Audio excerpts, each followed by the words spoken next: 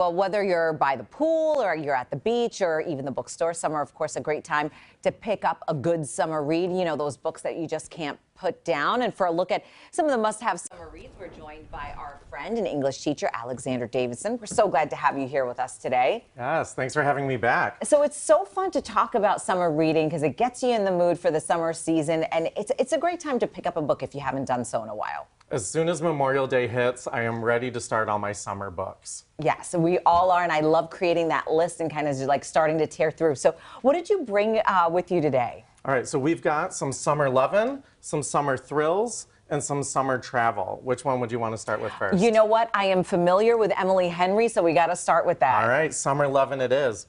So Emily Henry's new book is called Funny Story.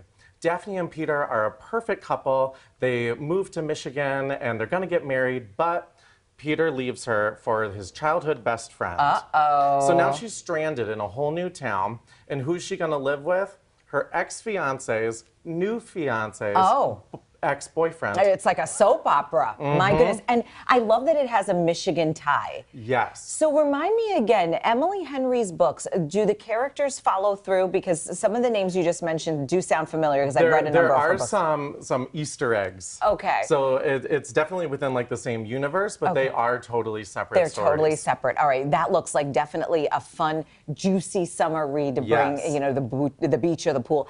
And then Blood at the Root, what is that? So Blood at the Root is a young adult fantasy novel.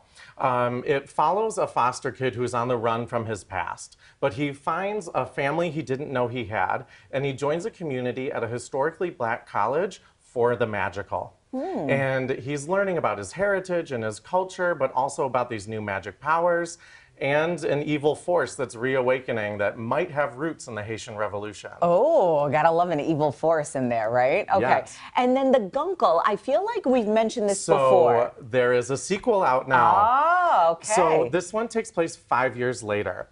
Uncle Patrick, his brother, is getting remarried, and his niece and nephew are not okay with it. So he decides to take them on a whirlwind European adventure to try and teach them about what love really is and what love really means, to try and get them like excited about this upcoming wedding and their new stepmom.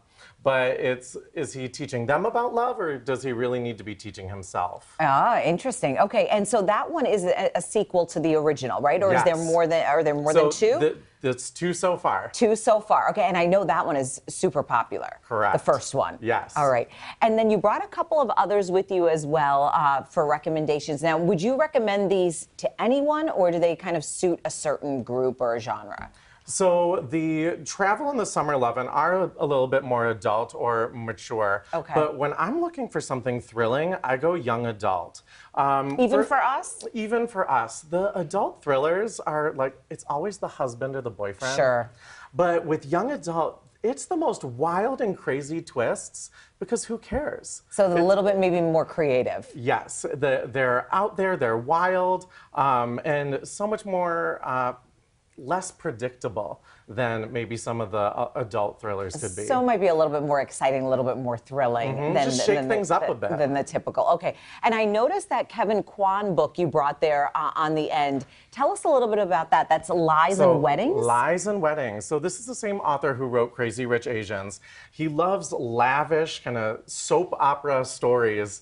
So this one is very much like Four Weddings and a Funeral. So it hops around to these different weddings, engagement parties, but all over the world. We've got a Hawaiian destination, they're in Marrakesh, they're in LA, and it's really about this family and these friends, but the public persona that you put on, and maybe even the secrets that you hide from your own friends and family. Ooh, that one sounds like a really good one too, Yeah, especially if you love Crazy Rich Asians. Very juicy, but so like you get to vicariously live in all of this luxury. And you're like, take me there. Oh, that sounds good, especially and it has that little that international flair as well. So curious, I know you're always diving into a really good, you know, juicy book. How do you approach summer reading for you or for any, you know, friends or family? Do you come up with a list and kind of decide, okay, I'm going to tackle these this summer, or do you just kind of pick as you go? So there are books that I think really allow themselves to be appreciated in the summer. So for example, Carly Fortune, I got this book in May, but I'm saving it for that week at the cottage, Yes. when you're just by the lake and you're sinking in those summer vibes.